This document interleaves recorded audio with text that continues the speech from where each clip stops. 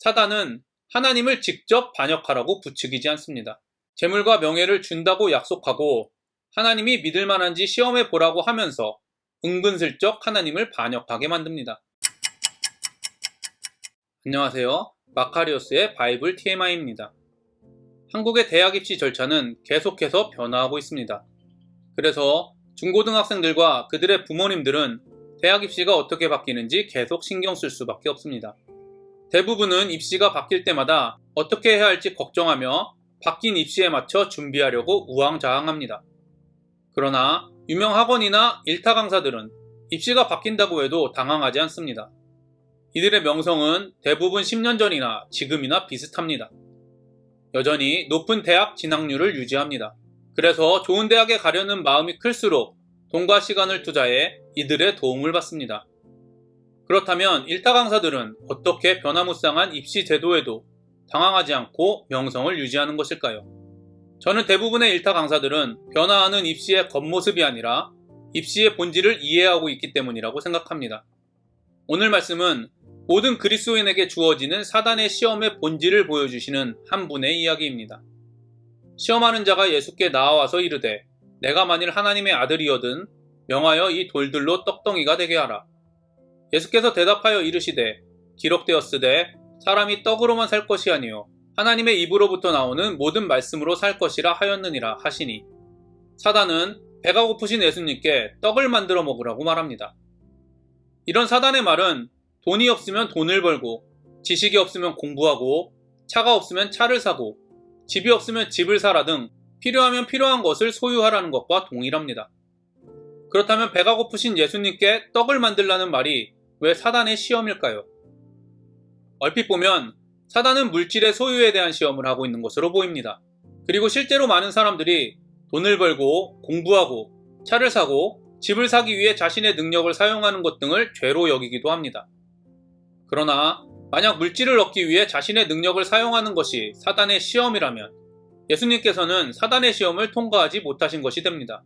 왜냐하면 오병이어 사건 등은 물질을 얻기 위해 예수님께서 자신의 능력을 사용하셨다는 것을 보여주기 때문입니다. 따라서 사단의 시험은 물질의 소유와 사용에 대한 시험이 아닙니다. 예수님의 대답을 보면 사단이 무엇을 시험하고 있는지 알 수 있습니다. 사람이 떡으로만 살 것이 아니요 하나님의 입으로부터 나오는 모든 말씀으로 살 것이라 하였느니라. 이 말씀은 신명기 8장 3절의 말씀으로 광야 40년 동안 보호하신 하나님을 기억하면서 겸손하게 하나님을 섬기고 우상 숭배하지 말라는 설교의 일부분입니다. 모세는 이 설교에서 특히 배부르게 되었을 때 내 능력과 내 손의 힘으로 이런 부를 얻게 됐다고 말하는 교만을 경계하라고 합니다. 이 시험은 결국 이 세상의 모든 것이 하나님의 소유인 것을 인정하고 있는지에 대한 것입니다. 자신의 능력과 노력을 통해 얻은 것들이 우리의 것이라고 시험하는 사단에게 예수님께서는 말씀을 통해 이 세상의 모든 것은 하나님의 소유라는 것이라고 선언하심으로 시험을 이기셨습니다. 이 세상의 모든 것이 하나님의 소유라고 믿는 사람들은 자신을 청지기로 생각해 자신에게 주어진 재물과 능력을 자신의 마음대로 사용하지 않고 하나님이 원하시는 대로 사용하게 될 것입니다. 이 땅에서 이런 사단의 시험에 자유로운 그리스도인은 없습니다. 여러분이 조그마한 물질이나 능력이라도 소유하고 있다면 사단의 시험 가운데 있다는 것을 기억해야 합니다.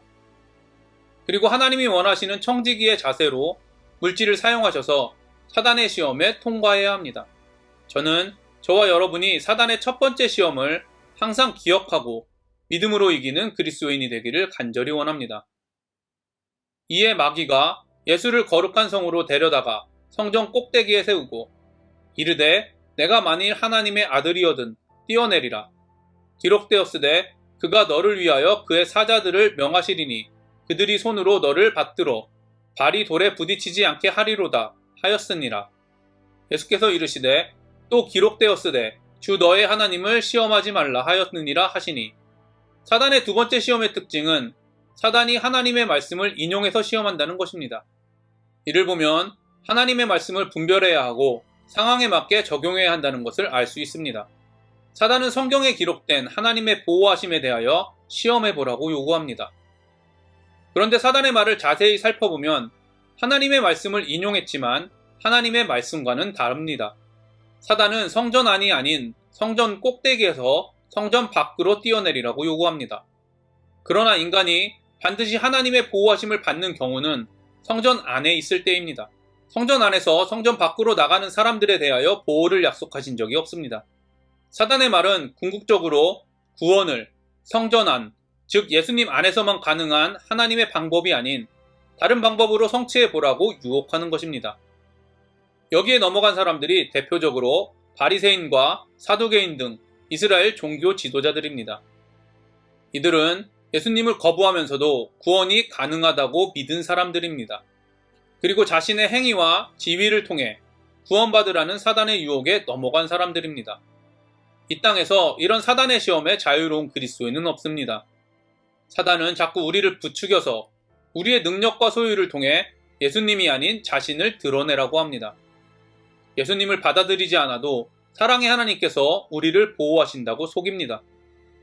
예수님은 사단의 이런 시험에 대해 신명기 6장 16절을 인용하시면서 아브라함과 이삭과 야곱에게 약속한 것을 기억하고 우상을 섬김으로 하나님을 시험하지 말라고 말씀하십니다. 이 시험은 결국 하나님의 보호하심이 오직 하나님의 약속의 성취이신 예수님을 통해서만 가능하다는 것을 인정하고 믿는지에 대한 것입니다. 마귀가 또 그를 데리고 지극히 높은 산으로 가서 천하 만국과 그 영광을 보여 이르되 만일 내가 엎드려 경배하면 이 모든 것을 내게 주리라. 이에 예수께서 말씀하시되 사탄아 물러가라. 기록되었으되 주 너의 하나님께 경배하고 다만 그를 섬기라 하였느니라. 이에 마귀는 예수를 떠나고 천사들이 나와서 수종드니라. 사단은 자신을 경배하면 세상에서 필요한 것을 모두 준다고 말합니다. 실제로 이 땅에서 일어나는 일들을 보면 사단의 말이 맞는 것 같습니다. 현재 지구상에서 가장 부자로 알려진 사우디 왕자는 하나님을 모릅니다. 대부분의 세상의 권력자들과 부자들은 하나님을 믿는 사람보다는 믿지 않는 사람들이 많은 것 같습니다. 우리 역시 예수님과 같이 사단에게 동일한 시험을 받고 있습니다. 하나님을 경배하지 못하게 하기 위하여 시선을 다른 데로 돌립니다. 돈을 벌 기회를 주며 한 번만 법을 어기라고 합니다. 교회에 올 시간에 학원에 가서 좋은 대학에 간 사람들을 보여주면서 1년만 교회에 가지 말라고 말합니다. 예수님 때문에 손해보는 사람들을 보여주면서 바보처럼 살지 말라고 합니다. 예수님은 주 너의 하나님께 경배하고 다만 그를 섬기라는 말씀으로 사단의 시험을 이기셨습니다. 예수님이 대답하신 신명기 6장 13절은 이방의 풍습과 이방신을 섬기는 것에 대해 경고하면서 모세가 요단강을 건너 지켜야 할 하나님의 명령과 법을 전하는 설교 중 한 부분입니다. 요단강 건너 가나안 땅은 성경에서 하나님 나라를 상징합니다. 예수님은 세상에서나 하나님 나라에서나 동일하게 하나님을 경배하고 신뢰한다는 말씀으로 시험을 이기셨습니다. 예수님의 말씀을 보면 이 시험은 사단을 따를 것인가 하나님을 따를 것인가라는 양자택일을 넘어서서 하나님과 사단을 동시에 섬길 수 없다는 하나님의 질서를 믿고 따르는지에 대한 것임을 알 수 있습니다. 많은 사람들이 교회에서는 교회의 방법으로, 세상에서는 세상의 방법으로 살아갑니다. 말씀대로 살면 사업이 망한다고 합니다. 말씀대로 살면 무시당한다고 합니다. 말씀대로 살면 이용당한다고 합니다. 심지어 교회도 성장에 있어서만큼은 복음을 제외하고 세상의 기업들의 방법들을 그대로 적용하기도 합니다.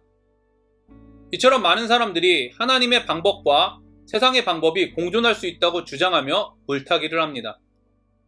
우리의 현실을 보면 이들의 말이 맞는 것 같습니다. 교회에는 11조를 내지만 관행이라는 이름으로 법을 어기고 세금을 회피하면서 사업하는 사람들보다 하나님의 말씀대로 법을 지키고 세금을 다 내며 사업하는 사람들이 더 망하는 것이 현실입니다. 교회에서는 선한 사람처럼 살지만 세상에서는 자신의 권위로 다른 사람을 억압하는 사람들은 무시당하지 않지만 자신의 권위를 주장하지 않는 호의를 베푸는 사람들은 더 무시당하는 것이 현실입니다. 영화 대사처럼 호의가 계속되면 권리인 줄 아는 것이 세상의 원리입니다. 그럼에도 불구하고 하나님께서는 오직 하나님의 기준만을 따르라고 말씀하십니다. 신명기 말씀은 너희가 앞으로 얻을 가나안 땅은 하나님이 주신 것이기 때문에 이방신과 이방의 방법을 따르지 말라고 기록되어 있습니다. 세상이든 영적인 세상이든 중간지대는 없습니다. 성령과 육체가 원하는 것을 동시에 즐겁게 할 수 없습니다. 사단은 세상보다 더 좋은 능력과 방법으로 세상을 살아가라고 말합니다. 그러나 하나님은 세상을 이기는 믿음으로 예수님의 모습으로 세상을 살아가라고 말씀하십니다. 저와 여러분이 세상의 핍박과 무시에도 오직 하나님만을 섬김으로 사단의 시험을 이겨내신 예수님과 같이 되기를 바랍니다. 하나님께서 우리를 구원하신 목적은 바로 예수님과 같은 삶을 살게 하기 위함이라는 것을 경험하시기를 바랍니다. 무엇보다도 세상의 부귀영화가 아니라 예수님 때문에 세상의 핍박과 무시를 받는 삶이 진정으로 행복한 삶이라는 것을 경험하고 이런 삶을 간절히 구하고 찾는 저와 여러분이 되시기를 바랍니다. 사단의 시험 3가지를 보면 결국 하나님에 대한 반역을 조장하는 것입니다. 그런데 사단은 하나님을 직접 반역하라고 부추기지 않습니다. 재물과 명예를 준다고 약속하고 하나님이 믿을 만한지 시험해 보라고 하면서 은근슬쩍 하나님을 반역하게 만듭니다.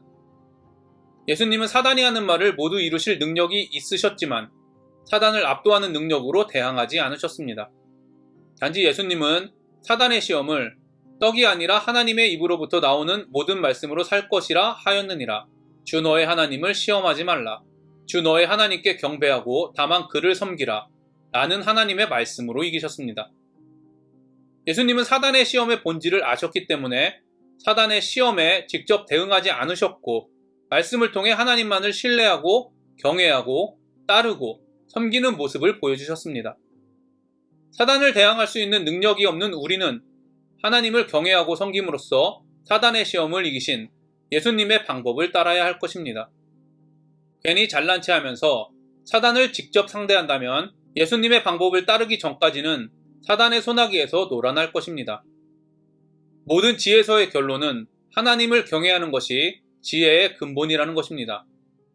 마찬가지로 하나님을 경외하는 것만이 사단의 시험을 이기는 본질이라는 것을 저와 여러분이 잊지 않게 되기를 기도합니다.